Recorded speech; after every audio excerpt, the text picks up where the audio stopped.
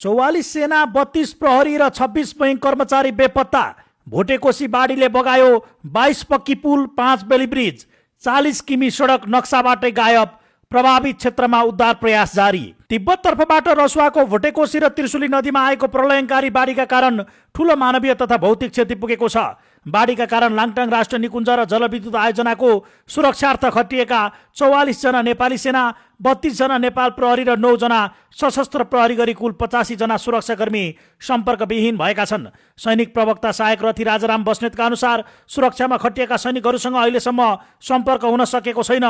यस्तै Nepal bankers एसोसिएसनका CEO Anil शर्माका अनुसार टिमुरे र स्याप्रोबेसी लगायतका क्षेत्रमा रहेका 8 वाणिज्य बैंक, प्रभु global, Sanima, Nepal investment mega, Lakshmi sunrise, NMB, Machhapuchhre लगायत 9 शाखा क्षतिग्रस्त भएका छन् भने ती शाखामा कार्यरत 26 जना बैंक कर्मचारी अझै सम्पर्कविहीन छन्।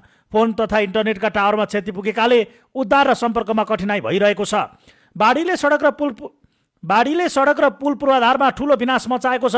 सडक विभागका अनुसार रसुवागढीदेखि धादिङ गल्छीसम्मका 22 वटा पक्की पुल र 5 वटा बेली ब्रिज बाढीले बगाएको छ। बेत्रावर्ती, तादी खोला, त्रिशुली र गल्छीका पक्की पुलहरू बगेका छन्। नुवाकोटको बेत्रावर्तीदेखि रसुवागढी नाका जोड्ने 40 किलोमिटर सडक खण्ड पूर्ण रूपमा क्षतिग्रस्त भएको छ। बाढीको उच्च जोखिमका कारण मुङलिङ नारायणगढ सडक खण्ड समेत बन्द गरिएको छ। प्रभावित क्षेत्रमा सुरक्षा निकायहरूले उद्धार प्रयास जारी राखेका छन्।